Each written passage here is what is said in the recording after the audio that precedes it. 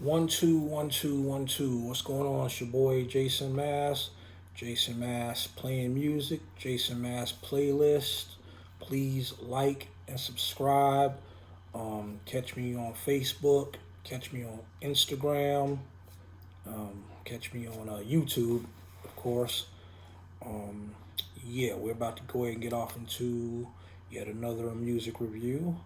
And this time we will be reviewing Steely Dan Asia, 1977. Okay, where do we start with Steely Dan Asia? This was the sixth album by Steely Dan, which consists of primarily Donald Fagen and Walter Becker, and a whole revolving cast of studio musicians. By this point, they had totally cut out touring. They became a studio only entity. Eventually, they would return back to the road, but it would be several years later. But yeah. So with this one, Steely Dan, they're really known for doing a certain brand of jazz pop that later got called yacht rock. um, yeah, a lot of good stuff in that genre. Actually, a lot of stuff I like. It's my taste. Um, the very definition of pristine recordings, though. I mean, just immaculately clean beyond clean sounding recordings. Just so clean. I mean, almost to the point of clean but not sterile. But extremely clean recordings. Um, the very definition of musical sophistication, as far as in a pop music context, by bringing a lot of jazz sensibilities to those pop music, um, you know, leanings that they had. Um, Very brief album. It's only 7 tracks long, but there is so much, packed into those 7 tracks. Incredible, incredible record. They're an incredible band, so it makes sense they would have an incredible record, I guess. What Steely Dan was really good at was practicing musical restraint, you know, and notorious studio perfectionist, and they would just labor over the material, and in different hands that could have really diluted the material, but they knew what they were doing. And yeah, Steely Dan. Let's get off into it track by track. Starts off with Black Cow, sampled by Lord Tariq and Peter Guns. Uptown Baby, Uptown Baby. Yeah, that joint. Perfect groove. 10 out of 10. You know, it's just it's a song that's about a female that embarrasses herself, in public, and then kind of does it time and time again, and then runs back to her boyfriend, her poor lover, so making a fool out of herself out in public, and then runs back to and I took it kind of as she made a fool out of herself, maybe through alcohol, maybe through drinking. But I know that a black cow, from my understanding, is a drink that's like kind of like a milkshake or something like that. So there you have that. Yeah, again, 10 out of 10. Then it goes into the title track, Asia. Um, the jazz chops are on full display on Asia, on that song. Timothy B. Schmidt actually sang backup, and this was the part of the Steely Dan Eagles connection. Timothy B. Schmidt later would join the Eagles, and he did the lead vocals on my favorite Eagles track. I can't tell you why, but anyway, he did backing vocals on Asia, on the track, the song Asia.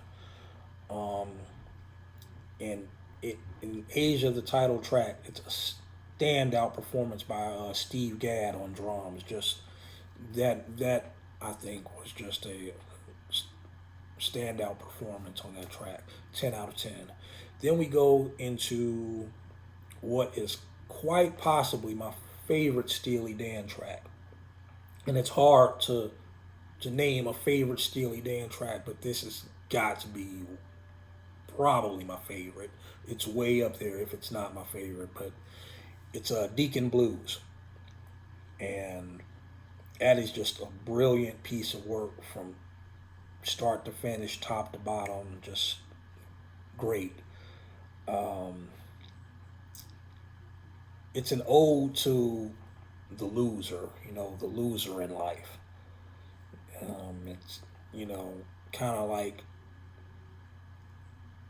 trying to find nobility in being a loser. That lyric, they got a name for the winners of the world, I want a name when I lose. Just, it's brilliant. It's a painfully beautiful song. Um, I think it's one of their most hurtful songs, honestly. It's for anyone that ever felt, that ever, had a life dream that just didn't, happen for whatever reason. And anybody who listens to that and, had a dream that didn't quite pan out for them in life, it should be able to relate to the protagonist in that song. Brilliant piece of work. 10 out of 10. Then we go to Peg, sampled by De La Soul. Michael McDonald, he did Michael McDonald of the Doobie Brothers, um, did backing vocals on that track.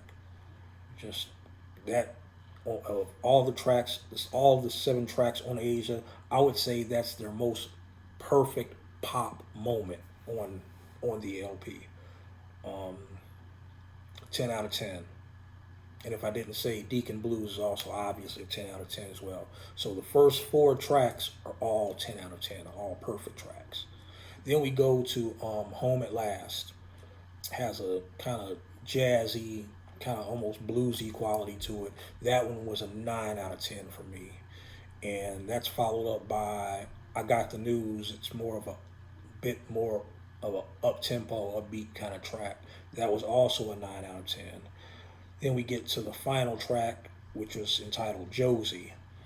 Um, it's a track that musically and aesthetically pointed to the direction that Steely Dan would be headed in for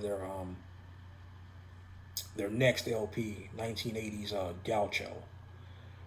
Josie was a bit more groove based, and actually Josie and Black Cow, I would say, had the elements of being led by groove.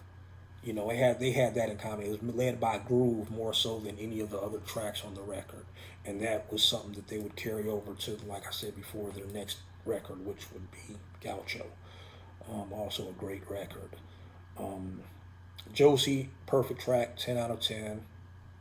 Of the 7 tracks on this record, 5 of them are perfect. So there you have it. You know, that's grown folks music right there. It's good stuff. Please get familiar, refamiliarize yourself with it. Steely Dan, Asia, 1977, a 9.7 out of 10. Jason Mass plays Jason Mass playlist, Jason Mass playing music.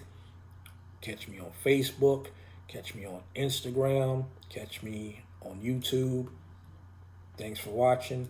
Peace.